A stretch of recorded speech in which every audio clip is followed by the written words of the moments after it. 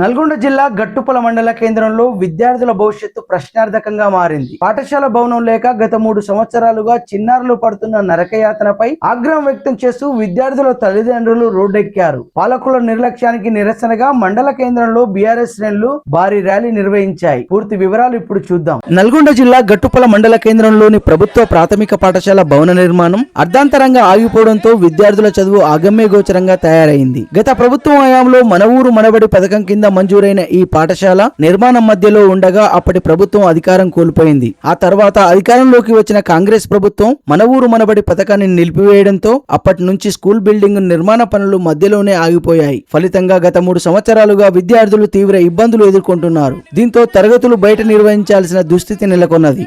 భారత రాజ్యాంగం ప్రకారం ప్రాథమిక విద్య ప్రతి విద్యార్థి ప్రాథమిక హక్కు అయినప్పటికీ అధికారులు మరియు పాలకుల నిర్లక్ష్యం కారణంగా ఇక్కడ మాత్రం విద్యార్థులకు నిరాశే మిగులుతోంది.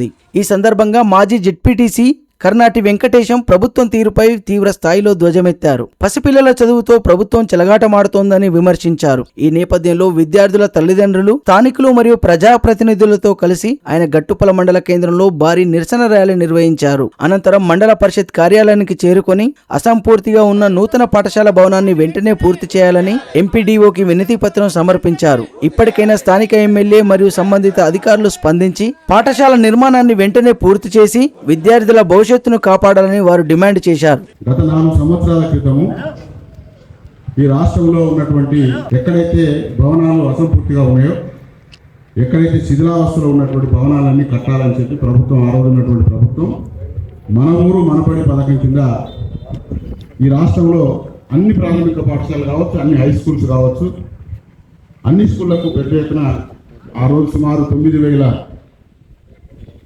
కోట్ల రూపాయల నిధులు మంజూరు చేసినారు. దాంట్లో కొన్ని పనులు పూర్తయినాయి, కొన్ని అక్కడక్కడ టెండర్లు లేక కొంత ఆగినటువంటి పరిస్థితి ఉంది. మన దగ్గరకు వచ్చేటప్పటికీ మనం కొంచెం లేటుగా ఇక్కడ కాంట్రాక్టర్ లేట్ కావడం, ఆ బునియాది లేకపోవడం, సరే ఏదో కొంత ఆలస్యం జరిగింది. అయినా బేస్మెంట్ నిర్మాణం అయిపోయిన దశలో ఎన్నికలు వచ్చినాయి. ఎన్నికలు వచ్చిన తర్వాత కొత్త ప్రభుత్వం వచ్చింది. ప్రభుత్వం రావడంతోనే ఈ మన ఊరు మనబడి పథకాన్ని రద్దు చేసినారు. నేనేమంటున్నంటే అసంపూర్తిగా ఉన్నాయి ఈ రాష్ట్రంలో మొత్తం. కొన్ని బేస్మెంట్ స్థాయిలో ఉన్నాయి, కొన్ని స్లాబ్ స్థాయికి వచ్చి అయినాయి, కొన్ని పూర్తి అయినటువంటివి ఉన్నాయి. ఇవన్నీ కూడా ఏమి చూడకుండా ఒకటే ఒక కలంపొట్టుతోని మన ఊరు మనబడి పథకం రద్దు చేస్తున్నాం. కొన్ని చోట్ల బిల్డింగ్లన్నీ పూర్తి అయినాయి.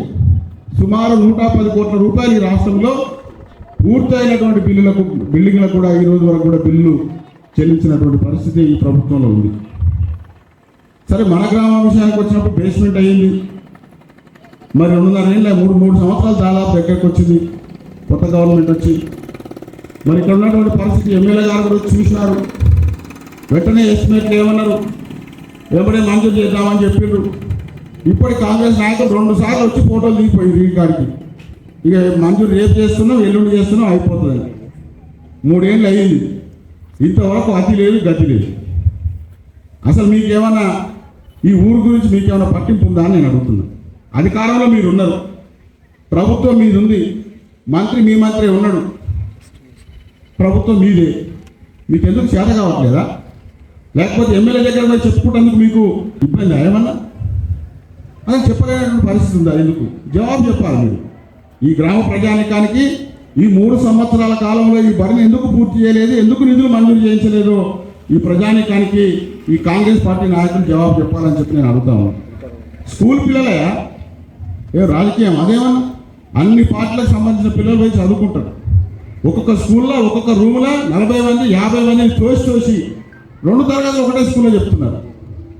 ఇంత దౌర్భాగ్యమైన పరిస్థితి ఉంటే దుమ్ముల మన్ను నేను అది చూసి నాకు ఉన్నటువంటి జడ్పీసీ నుంచి ఒక 2 లక్షలు 3 లక్షలు ఇచ్చి అంతా తీసేపించి గ్రావెల్ చేయించు.